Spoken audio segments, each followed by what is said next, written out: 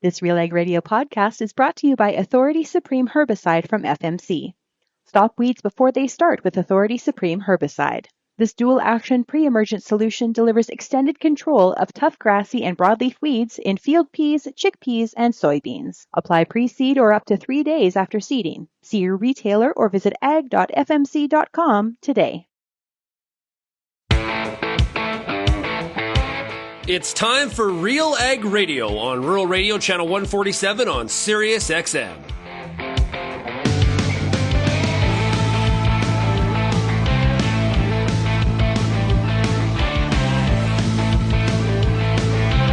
RealAg Radio and RealAgriculture.com is your home for insight and analysis of the issues that are impacting your farm business.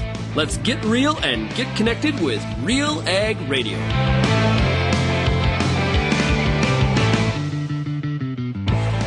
And welcome to RealAg Radio here on Rural Radio 147, Sirius XM. Shaun Haney, your host here on this Wednesday, midweek edition of the show. Thanks so much, everybody, for making RealAg Radio and Rural Radio 147 a big part of your work day. Also, of course, big shout out to everybody listening out there on the RealAg Radio podcast. As I've been talking about, the podcast downloads continue to explode to the upside. Continue to explode to the upside. It is great to see. Okay, today, I'm broadcasting today from Regina. I don't know if I even told you that yesterday I was in Cambridge, Ontario, speaking at the Right Tools event for CCAN. It was great. I think it's the 4th or 5th year that I've spoke at that event, kind of providing an update on what's happening in the world of agriculture. We really focused on the politics and trade of the day. Makes sense, though. Trying to give the soybean retailers in the audience the opportunity to sort of through my lens. It's I'm just one person, and Real Agriculture spends a lot of time thinking about these things and talking to some of the newsmakers. You heard from Michael Harvey from CAFTA yesterday on the program here. Encourage you to go back and listen to that if you missed it. It had a great time with the audience. Some fantastic questions. And try to do my best from the stage. But then at the same time, the conversations in the hallway, a lot of interest in trying to decipher how all of the trade issues between Canada and the U.S., how it impacts their business. And, that's the best part. I love being on the road like we are this week. 3 cities, 3 days. Talked to CCAN soybean retailers yesterday. Today I'm at the Convergence Conference in Regina, Saskatchewan. It is quite wintry. It's winter in Saskatchewan. Whatever you would imagine is what it is. Okay? So definitely a snowy day. Going to try to do my best to stay right inside the DoubleTree here in Regina, Saskatchewan. And then tomorrow night, I'm going to be back with some of the Cargill Market Sense people. Going to be speaking in Camrose. I lived in Camrose for a year. I played on the very first year, the inaugural season of the Camrose Kodiaks, and I lived in Camrose, so it's going to be great to be back in town. And the city has grown tremendously from when I was there in 1998. So I've been back, of course, but just when I lived there in 1998, it has changed a lot. And going to be speaking to the Cargill Market Sense customers. I'm the after-dinner speaker. We had such a great time last year at a couple locations. I think I'm also speaking in Brandon and Saskatoon with Cargill this spring, so looking forward to that. Yes, indeed. And so far, knock on wood, I have been traveling like crazy. And every week I've been on the road, which has been great to see all the different audiences and interact with so much of the Real Agriculture fans and people. I have not had a lot of flight issues yet. And I don't want to jinx it because next week is the week where there's always problems, everybody. Always problems. Next week I'm going to be in Louisville, Kentucky for the National Farm Machinery Show, speaking to a big group on the Tuesday night of Syngenta customers. Looking forward to that. And that's usually the week where there's problems. Trying to get home for Valentine's Day and things like that. Yes, indeed. Hard to believe that we're already looking here next week at the middle part of February. It's things are screaming by. And we got lots to chat about today on the program. Lyndsey Smith from Real Agriculture is down at the CattleCon convention, the NCBA big meeting in San Antonio, Texas. And I know she's going to do some sightseeing and check out the Alamo and things like that.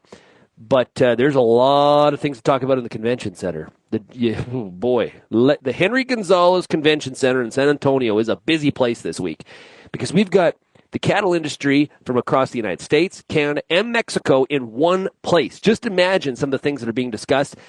Talk about integrated supply chains, of course, and what happens with tariffs and what's some of the messaging to come out of that meeting. We're going to get a sense on what the Canadian side is saying, what the American side is saying, because Lyndsey had the chance to catch up with Dennis Laycraft and Nathan Phinney of the Canadian Cattle Association. Also, we have an interview with Colin Woodall, the CEO of the NCBA as well. So we're going to get both sides of it, and we'll try to see and connect some of the parallels that they are communicating. We're also going to talk today about screwworm. Now, this is more of a U.S.-Mexico issue, but it does impact the North American beef trade. Indeed, the U.S. has just turned back on imports of Mexican cattle. And we're going to hear from Dr. Kathy Simmons, who is a vet. Lyndsey caught up with her at the NCBA CattleCon meeting, talking about some of the consequences of screwworm and where do we go from here and some of the science of it. So lots to chat about here today on the show. We'll try to get to some of your feedback as well. We got lots of emails and texts coming in, a lot of opinions on a whole bunch of different things, a lot of it right now around tariffs and trade and things like that. Now, if you have any feedback on today's show, we'd love to hear from you. Send me an email, shaney@realagriculture.com. You can also find Real Agriculture across all the different social media platforms. So we've got X, YouTube, Instagram, Facebook, Threads, TikTok. What else are we? I don't think we're on Snapchat. We're everywhere pretty much. So you can just search Real Agriculture on all of those platforms, whichever one you pleasure the most. And you can also call the RealAg feedback line. Would like more people to call the RealAg feedback line. Okay, I'll be honest with you. I don't know why you guys are so shy. Why are you so shy? You're the Real Agriculture audience. You are the leaders in the industry. You have perspectives, you have thoughts, and I want to hear them. So does the rest of the audience. All you do is dial 855-776-6147. You press the number 3 and you leave me a message. You don't come on the air live. Don't have on-air phobia. You have to leave me a voicemail. You leave voicemails all the time. Okay? So please do that. Another question I have is how much interest there would be in something like a WhatsApp group for the Real Agriculture audience. I would like to pilot that. That'd be kind of fun. So let me know if you would maybe like to be involved in that as well if we trial that. Okay, let's take a break. When we come back, we're going to hear from Dennis Laycraft and Nathan Phinney of the Canadian Cattle Association, who are down in Texas this week talking about the benefits of trade in the North American beef industry. We'll hear from them when we come back. You're listening to RealAg Radio, Rural Radio 147, Sirius XM.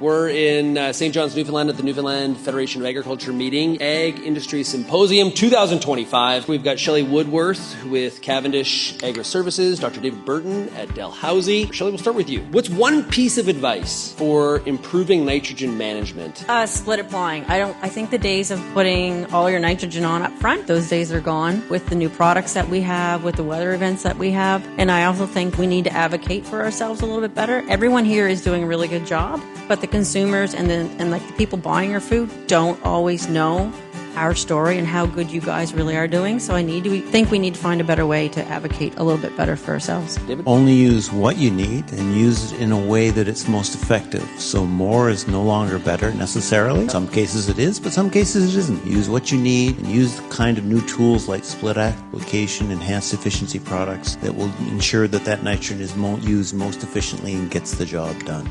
At Vatterstad, we aim to be the world's leading partner for outstanding emergence. We're doing that through innovative tillage, planting, and seeding equipment that's optimized for your field conditions and soil types. We also offer industry-leading capacities to help you get the job done in shorter windows of time. It's all designed to give your crop the best start possible so you can maximize yields. Vatterstad, we look forward to growing together.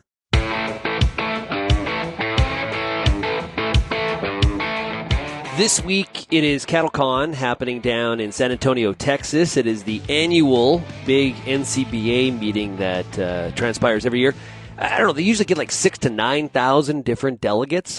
Obviously, the bulk of them from the U.S., but we also have a great caravan of Canadians and Mexican beef officials, and this is really one of the meetings where a lot of stuff gets talked about. There's a whole bunch of committee meetings that happen: International Committee, Trade Committee, Government Relations Committee, and of course a trilateral meeting between the three countries as well. And Lyndsey Smith is on the ground in San Antonio, Texas, and will be bringing home a ton of coverage to RealAgriculture.com. Make sure you're signed up for our cattle email, RealAgriculture.com/subscribe. You can check off the cattle update. Goes out every Monday morning, where we have all of our cattle stories in one place for you.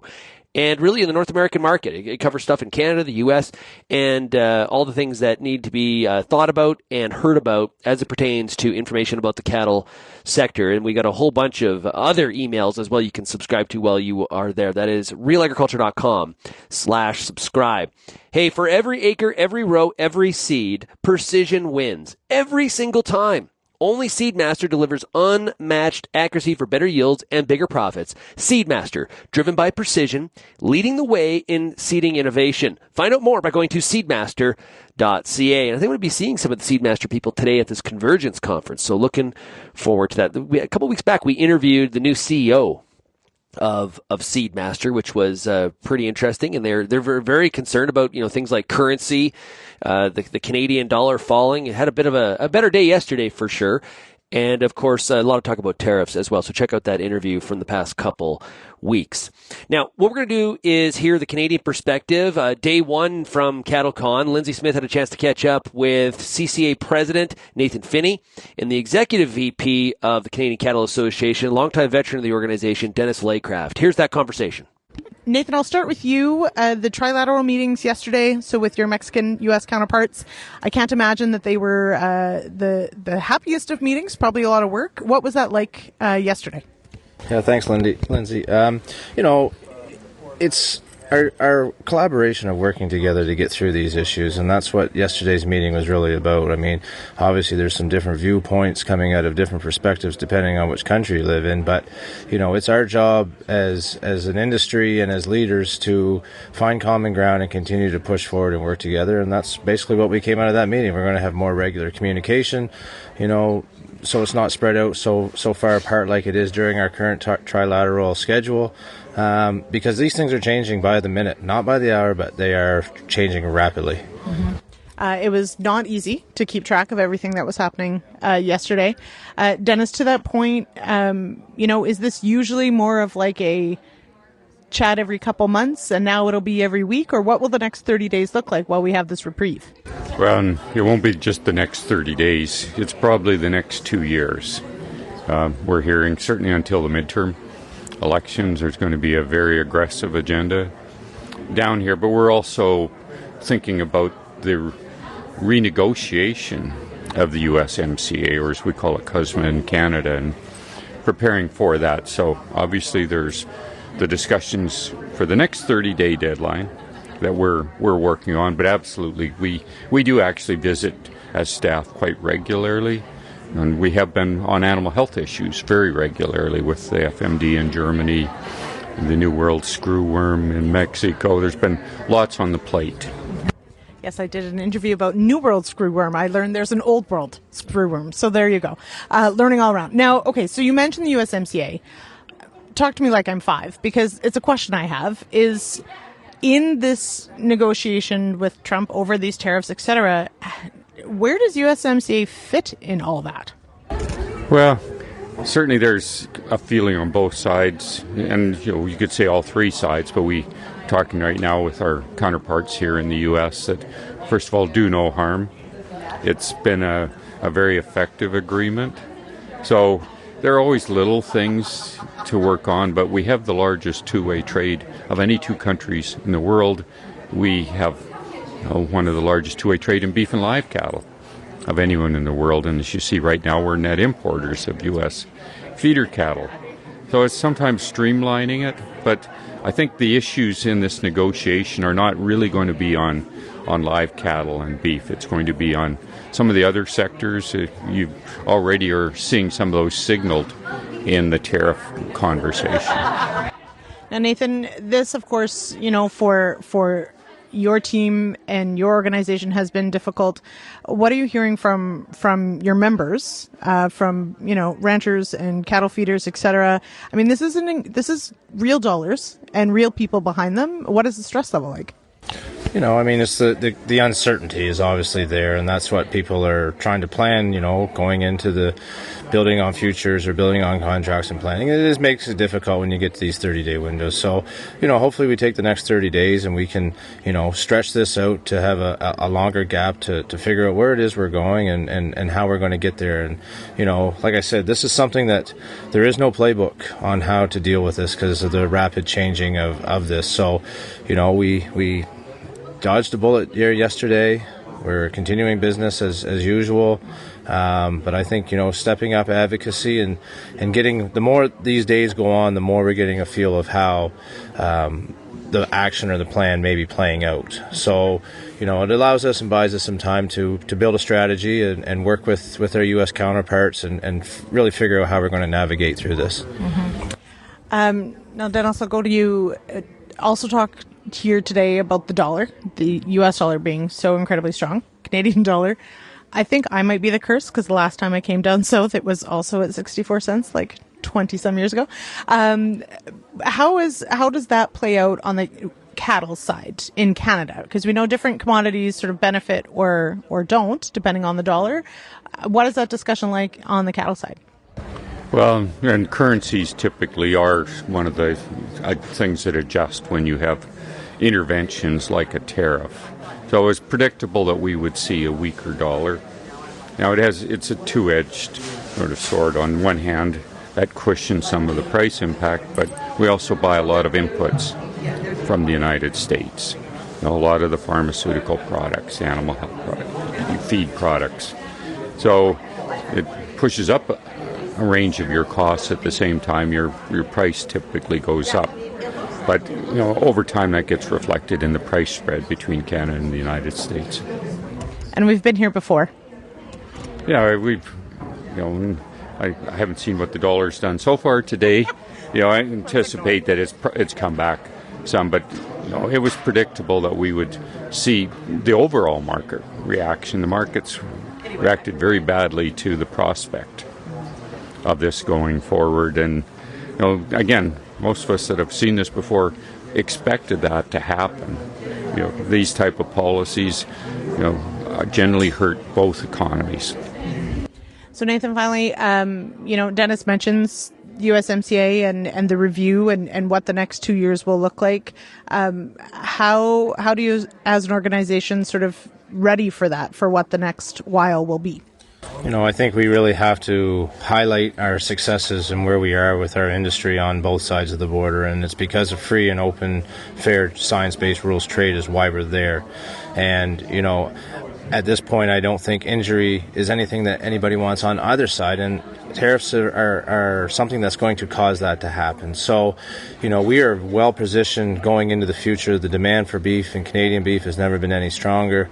We are very excited about where the times are at, and, so we're going to really focus. This is our number one file to bear down on and ensure that, something like this isn't a disruption that doesn't create a space where our industry is going to grow. We've been waiting for this cycle for a long time patiently, and it's here. And we're going to do everything in our powers to ensure that we're able to take full advantage of it. All right. Thank you both. That was Dennis Laycraft and Nathan Phinney of CCA. Great work there by Lyndsey Smith. We're going to hear Lyndsey in a few minutes here talking to NCBA's CEO, Colin Woodall. I think one of the things that Dennis and Nathan pointed out there that is very easy to agree with, and we got to keep this in mind. And I talked about how, hey, Canada take the win. This was a victory on Monday, or, it gave us some time to breathe as a country. The reality is that this is not over. If you think that this is over, boy, I'll tell you what. If here's another interesting piece. I've had a lot of people ask me, do you actually think they will put the tariffs on? And I think the answer to that is absolutely that there could be tariffs put in place here. Don't just continue to assume that this is just some sort of veiled threat. There is a lot of push, not just by the president, but people around him to go this direction. He actually showed some mercy on Friday, if you want to look at it that way, based on what there would have been some very disappointed people in that room in terms of the U.S. not putting the tariff on. So we've got to keep that in mind as well. So lots of hard work happening this week in San Antonio, Texas by the Canadian beef industry for sure. Now, like I said, when we come back, what we're going to do is we're going to hear from the U.S. side of this equation. We're going to hear from the CEO of the National Cattlemen's Beef Association, Colin Woodall, will be with us right after this. But first, I want to tell you about Alpine Liquid Fertilizers, your full-season crop fertility specialist from start to finish. We'll be right back. If you're applying a low-rate N stabilizer, you might be falling for a losing strategy. Low-rate products promise great results, but may lack the potency of higher active ingredient concentrations, so great isn't always what you get. Don't put yield at risk. Put your trust in proven solutions. Anvol Nitrogen Stabilizer, Super U Premium Fertilizer, and Tribune Nitrogen Stabilizer from Koch Agronomic Services. These products offer higher active ingredient concentrations imitator brands can't match. See the difference at defendyourn.ca. If you grow soy or edible beans in Ontario, you know that Sclerotinia white mold is no joke. Yield loss can be devastating, and timing fungicides can be complicated, but did you know there's a new seed treatment that can help mitigate yield loss? Start the year off with your best foot forward against disease. Ask your seed supplier or local Agrimart group to pre-treat your beans with Heads Up. Part of a complete white mold management plan, ask your seed dealer about Heads Up today or visit headsupst.com. Through a growing storm of kochia, cleavers, chickweed, and more, there's a clear path. Introducing Oxbow, a versatile cereal broadleaf herbicide that gets the job done. Powered by Duplisan technology, Oxbow is your workhorse on resistant kochia and other tough weeds. With flexibility in timing, rates, and recropping options, your path is clear. Find your way on the path of least resistance at newfarm.ca/Oxbow.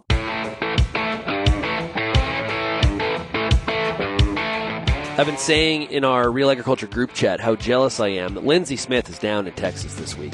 So I'm having a great time speaking to audiences across Canada, but one of my favorite events of the year is CattleCon, the NCBA meeting. So many friends from across Canada and the U.S. that take part in that meeting and the delegation. It goes to some great locations. It's like, listen, it's snowy in Regina. It's a nice hotel, but Lyndsey's down in the warm depths of Texas. And I've told you before how I am a winter wuss. I'm a winter wuss. I do not like cold. And she found the warm weather. I'm in a snowstorm here in Regina, but I'm gonna have a great time with the group here today at the Convergence conference. And Lyndsey is just having a ball. I know that, and she's looking forward to checking out the Alamo. Yes, doing some sightseeing as well down there on the Riverwalk in San Antonio. So if you do see Lyndsey Smith, make sure you say hello. She's the one hand talking. Arms are flailing in the air. Yeah, that's her. If you see that person, a blonde hand talker, it's either Tyne Morgan from U.S. Farm Report or it's Lyndsey Smith from Real Agriculture. You get two options. Two biggest hand talkers that I know in my life. Up next, we're going to hear from Colin Woodall, who is the CEO of the National Cattlemen's Beef Association. But first, I want to tell you about Vatterstad. Vatterstad is partnering with Canadian farmers for outstanding emergence. Their line of tillage, seeding, and planting equipment offers solutions for all soil types, field conditions, and tillage practices. And all this helps you maximize your yield. To learn more and find your local dealer, visit vatterstad.com. Okay, let's hear the conversation Lyndsey Smith had with Colin Woodall after day 2 at the NCBA meeting in San Antonio. It has been a very interesting few days on the trade front. Where does NCBA sit on tariff shock? Tariffs are a tool, and they are a tool that have been used by our government for years. And we know that this is a tool that our current president likes to look at. One of the things that we have learned is that you have to be patient. You have to look at what the long-term plan is here, and that if you panic and you get excited too quickly, you're probably going to lose some opportunities down the line. We have been able to work with the president in the past, and this is not the first time that we have been here. We have seen him use this technique and this style in his first term, and we know that at the end of that first term, on balance, we were way better off as cattle producers with the work he had done on trade than when he started. And we think that is a testimony to his skills, his approach, and what we're seeing now again here in his second term. Now, but we sure do have a lot of cattle that move north, that move south, across several borders. Canada, notwithstanding, we've got a lot of cattle that move back and forth to be fed or processed.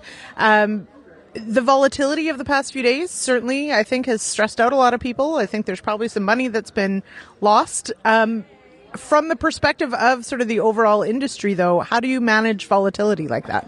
Yeah, that's tough. And we know that a lot of people are stressed, and we understand and appreciate and also support the integrated nature of the cattle business across what is our northern border and the relationships that we have had with not only the Canadian cattlemen, but also with your government. And it is a relationship that we support.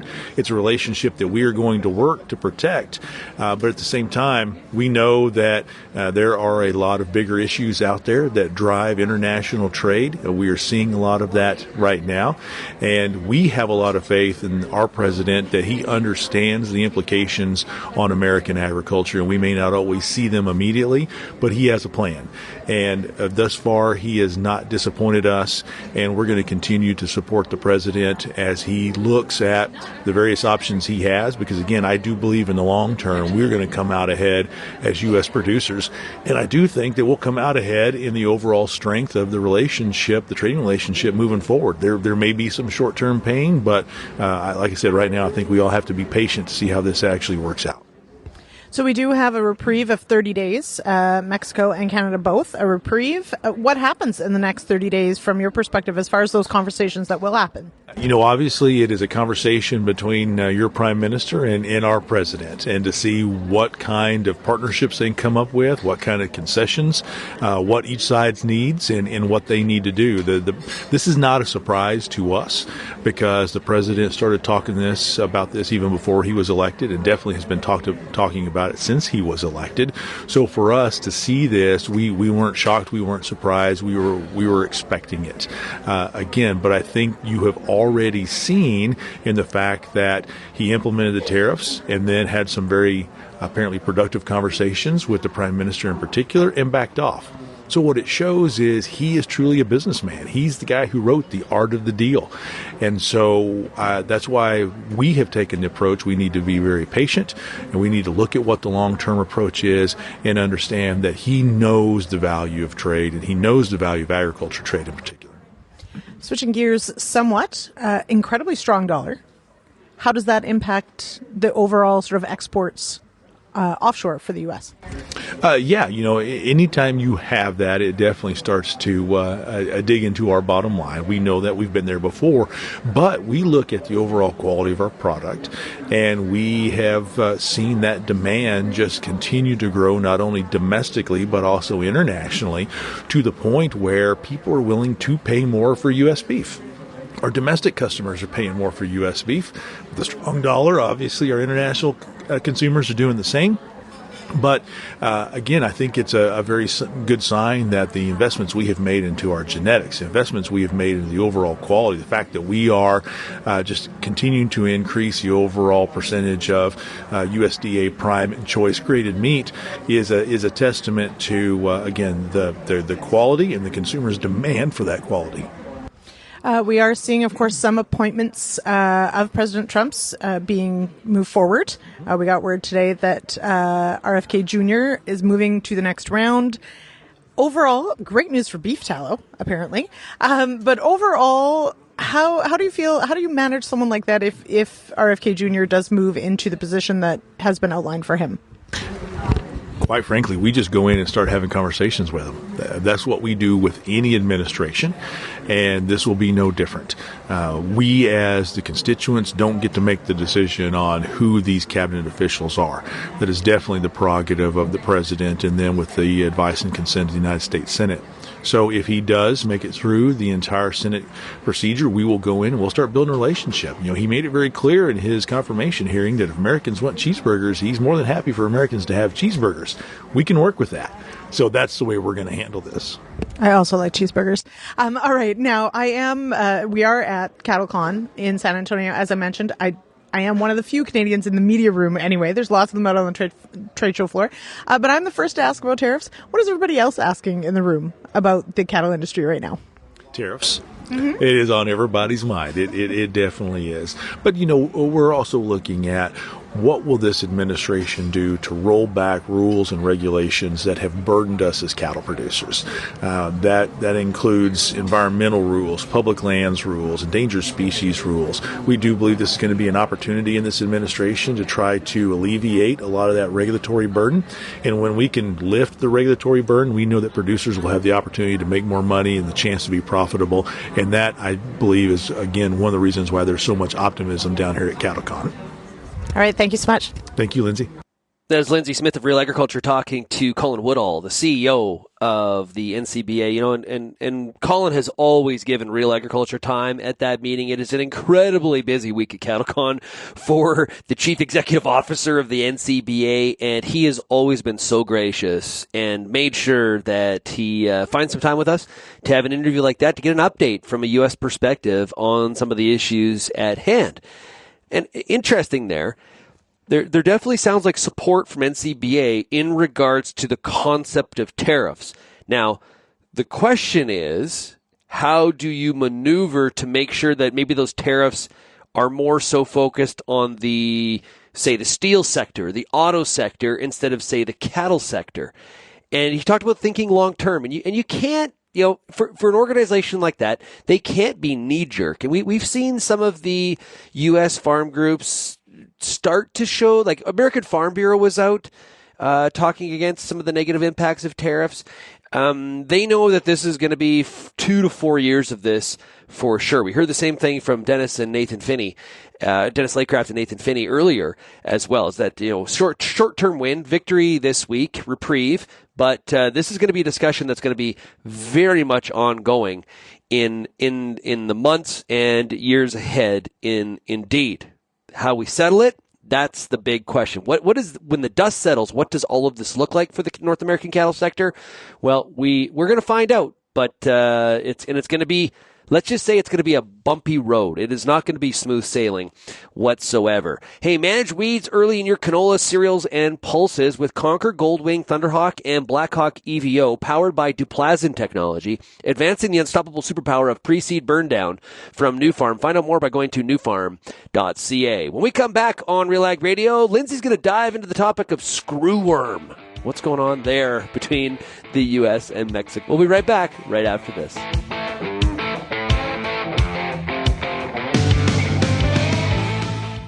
Co-op knows your community because we live here too. Our teams are your trusted partners with a range of expertise to help support your entire farm operation. And we're giving back. In the past 5 years, Co-op has invested over $1.1 billion in the prairies through building, upgrading, and expanding local facilities. And we've returned over $1.17 billion to Co-op members in the prairies. Co-op, we're all building something for the future. Here for your farm, here for your family. Learn more at coop.crs/farm. Calling all Montana, Dakotas, and northern Minnesota growers. Are you looking for a profitable addition to your farm that can deliver value beyond yield? The new Seed Omega-3 canola production system can help you unlock a guaranteed path to market with attractive premium opportunities and an active God clause. Contracts include first-in-class agronomy support and free on-farm pickup after harvest. Contracts are available now. Commit early to maximize your opportunity. To learn more, visit omega3canola.com.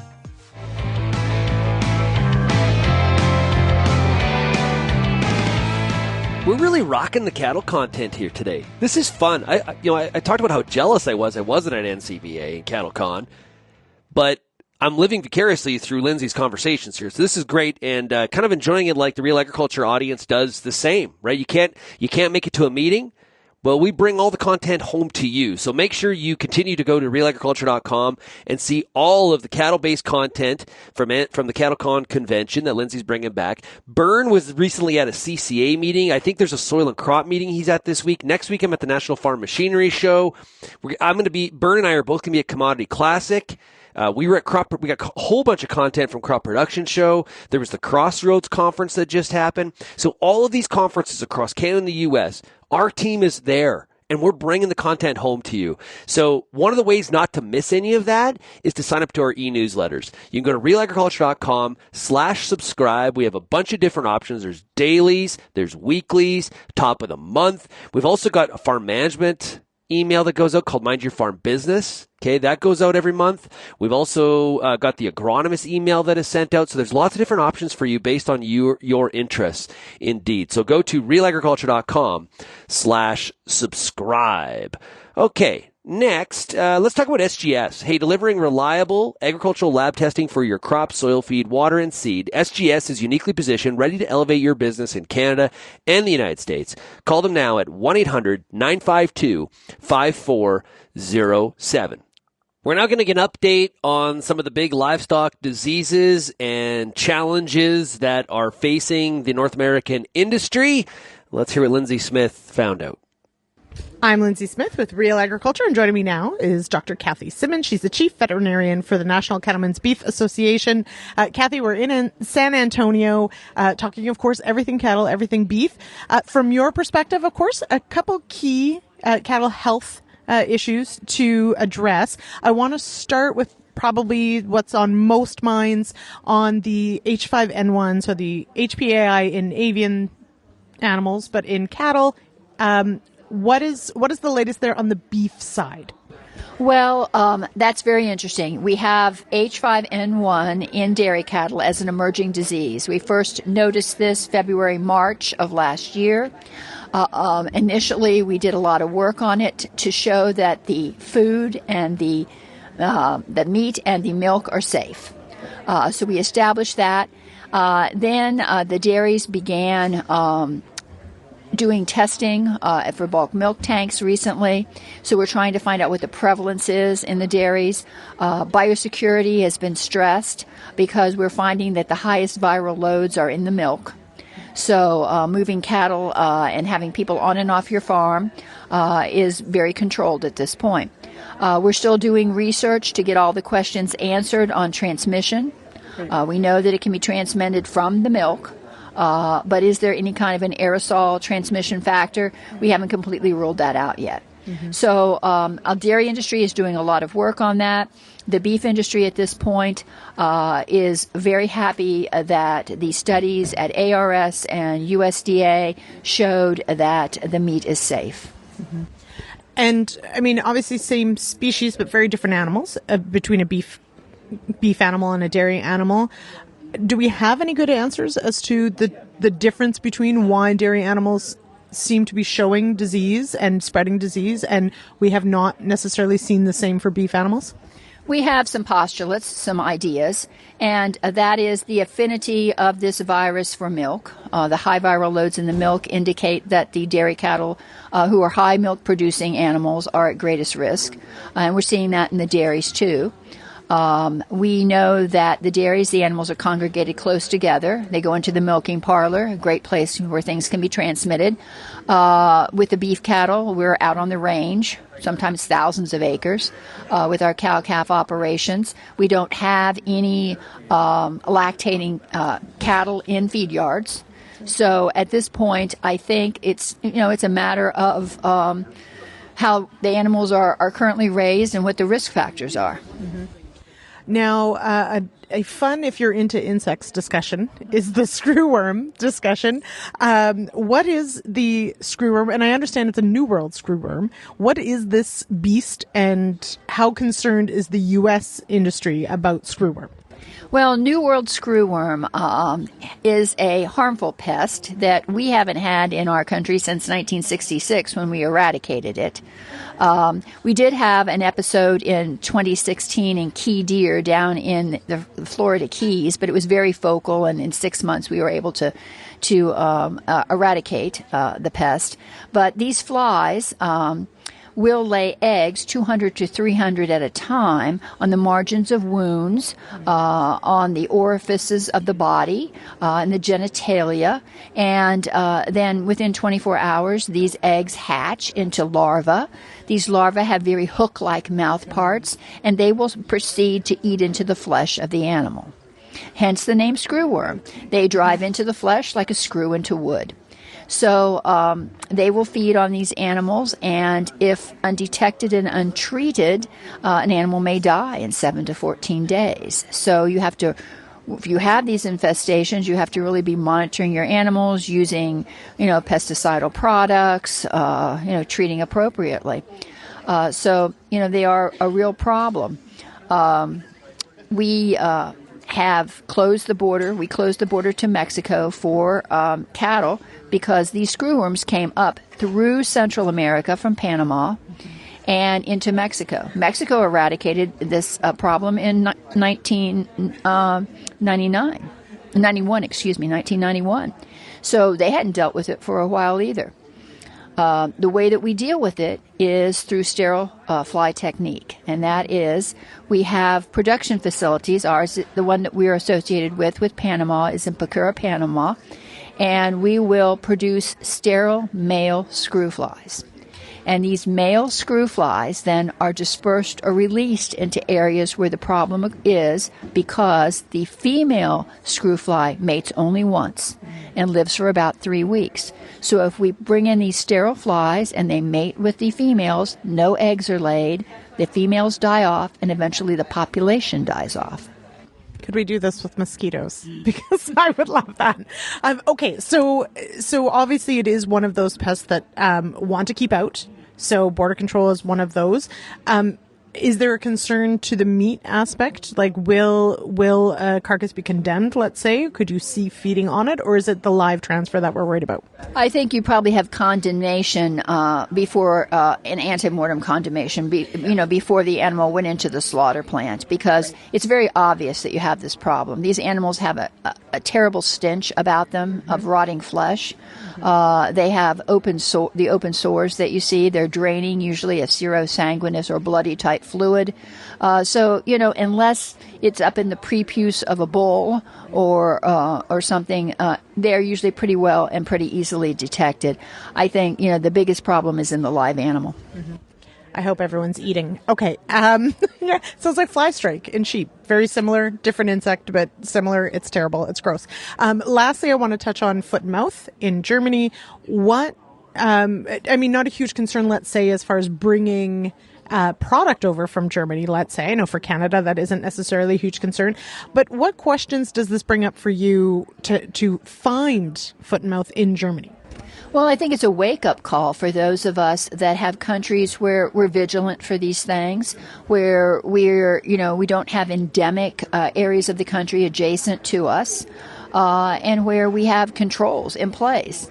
It means that, you need to be prepared to have something like this happen. It was in water buffalo in Germany, 14 water buffalo. They killed all of them, and they killed or depopulated some of the swine around the area. We currently are continued to prepare for foot and mouth disease because that is the most devastating transboundary disease for cattle. So we have what we call a secure beef supply plan, which is enhanced biosecurity. We have worked on a project with the National Animal Disease Preparedness and Response Program funding, where we are increasing our outreach on this project, where we're making sure everybody has a biosecurity plan, and B, an enhanced biosecurity plan in the event of a foreign animal disease, because there will be movement controls, and these things need to be understood before you're in the crisis. Canada has similar as well. What does foot and mouth, because we've already ruined everyone's lunch, let's just keep going. What does that look like in animals? How is it spread? Well, foot and mouth disease is highly transmissible from most body secretions and aerosol. And these animals have vesicles or sores, and they're usually, in the mouth and the tongue. So they may be sitting, salivating, these animals. They have them around the coronary band of the hoof. And it's in cloven-hooved animals. So, your cattle, your sheep, your goats, your deer, those are going to be at risk for foot and mouth disease. Okay. Sounds delightful. It really doesn't. So, really key, exactly that. I think that review of the biosecurity plan, an enhanced biosecurity plan, and certainly to be aware should something like this occur. I know that our countries both certainly are trying very hard to make sure things like this stay out, like we see with African swine fever, etc. Never a dull moment for your role. So thank you so much. Thank you so much. Pleasure to talk to you today. One of the things that is not talked about enough is how, when it comes to the diseases chatted about there, foot and mouth, screwworm, we could use ASF is an example on the pork side, is how much of this is a North American effort. It is a real North American effort. And I think I said on yesterday's show, and I'll say it again, it's funny how when it comes to preventing disease in livestock, like some of these examples we chatted about, how we can find North American resolve to make that happen. We're better working together. Could you imagine if we weren't working together on ASF between Canada, Mexico, and the U.S., and how much better it has been and how we've been able to keep it off our shores up until this point because of the fact that we've worked together? Just imagine if we had that attitude economically. I don't know. Just saying, everybody. With volatile markets and rising costs, now's your chance to be a part of the solution. Act now to protect your farm's future for generations with Genesis Fertilizers. Gain control and ensure access to locally produced nitrogen. Visit genesisfertilizers.com to learn more. We'll be right back on RealAg Radio, Rural Radio 147, right after this.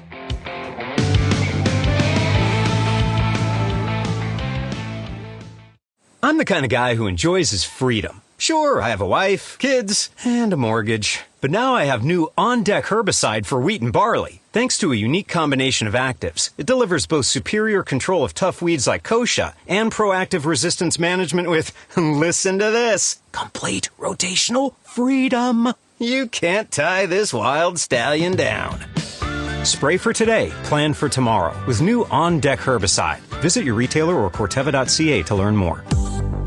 I'm Lyndsey Smith from RealAgriculture.com. Join me Monday nights for The Agronomists, a 1-hour live and interactive show broadcast across YouTube, Facebook, and X. Monday nights at 8 p.m. Eastern, I host expert agronomists from all over the country to give you answers to some of the toughest agronomic questions. Join us live or catch the replay Tuesday morning. That's The Agronomists with me, Lyndsey Smith, Monday nights live at 8 p.m. Eastern.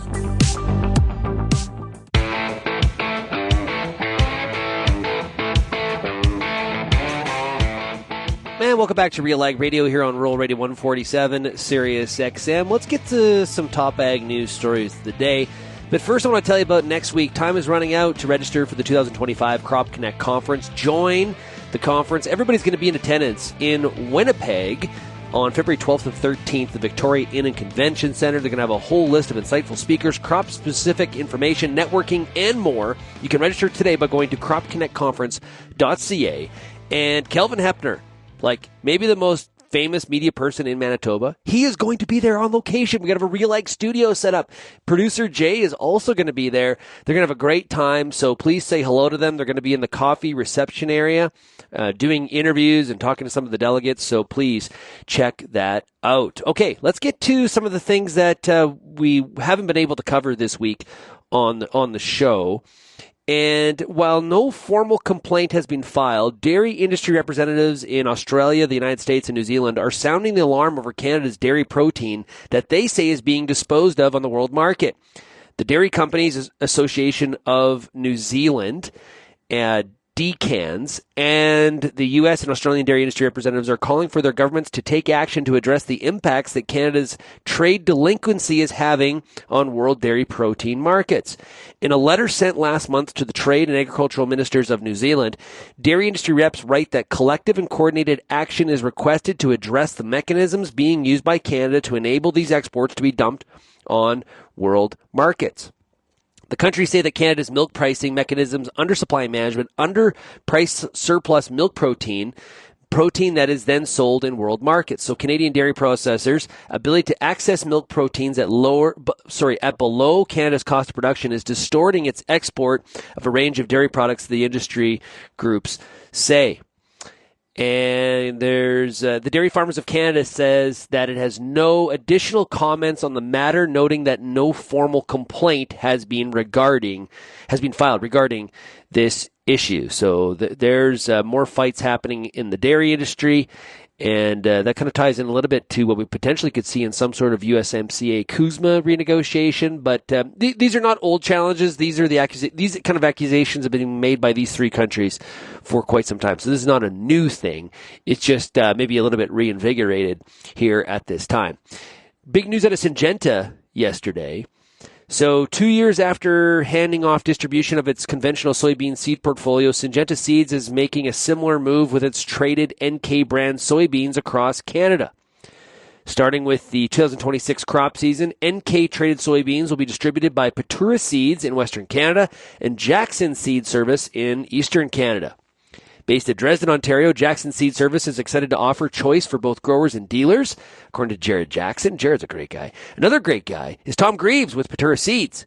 Now, they're in Domain, Manitoba, like I mentioned. He's also excited to support NK soybeans and their retail partners in delivering these proven genetics to farmers. So both distributors will be connecting with current NK traded soybean retail customers in preparation for 2026. While no longer distributing NK beans, Syngenta says it remains committed to breeding new NK varieties, I should say. And that full story is at RealAgriculture.com. Globe and Mail has a story here this morning that Prime Minister Justin Trudeau has called a last-minute summit in Toronto on Friday to respond to the threat of American tariffs and protectionism, and one that will seek ways to diversify Canada's international trade beyond the United States and tap new sources of economic growth and investments. He is calling it the Canada-U.S. Economic Summit and wants to talk about reducing this country's internal trade barriers between provinces and territories too. This is interesting that, there are people within Canada that have been talking about some of these internal trade barriers, which a lot of times is actually just regulations that need to be dropped. Now, we heard Tyler McCann on Friday's show to say that this is easier said than done in many respects. Okay, but that, my opinion is that doesn't mean we shouldn't try. And let's use the motivation that President Trump has given Canada to try to find a way to make it happen. Because there hasn't been the political will, there hasn't been the resolve, and maybe that has shifted. Maybe that has changed. And one of the results here that is very positive for a country like Canada is again the reminder, because I have a chart in my presentations where it shows agricultural trade between Canada and the U.S. It has gone straight up since 2020 into the pandemic. And it was increasing basically from 1990 on anyway. But it really shoots up at the beginning of 2020. And so this is a good reminder and for Canada to find some other markets for some of its agricultural products, as if we haven't been trying. But I would say, you know what? Here's an example. If you look at through the bulk of Trudeau's time as Prime Minister, for example, Minister Ng has spent most of her time spread across multiple portfolios. So cabinet is huge. It's very large, yet trade cannot find a solo minister responsible for it. There's an example of not being committed to trade in my mind. Other questions I would have in terms of diversifying markets is, do we have enough people on the ground in some of these other markets that we have defined as so important? And here's the other piece that I'll say on this. This is very Canadian we have a problem, we have a threat, we need to do something, and we're going to have a summit on Friday. And that's very Canadian to talk about the issue. Talk. The question is, now what? Do you have the resolve and the, as Gorilla Monsoon would say, the intestinal fortitude to actually make something happen instead of just, where's the action component? And that's the piece I'll be looking for coming out of that Friday summit. It's great the Prime Minister has called it. I want to see what the action is coming out of it. If you have any feedback on today's show, you can send me an email, shaney@realagriculture.com. Make sure that you check out realagriculture.com for all the coverage from not only CattleCon, but all the different conventions that our team is at here over the past weeks and this week and going forward. Thanks so much, everybody, for getting real and getting connected with RealAg Radio, and we'll chat again tomorrow. Cheers, everybody. Thank you for downloading this RealAg Radio podcast brought to you by Authority Supreme Herbicide from FMC. Give your crops the 2-in-1 protection they deserve. Authority Supreme's dual modes of action attack weeds early, delivering effective resistant management and prolonged control during critical growth periods. Dominate the toughest weeds before they take hold. See your retailer or visit ag.fmc.com today.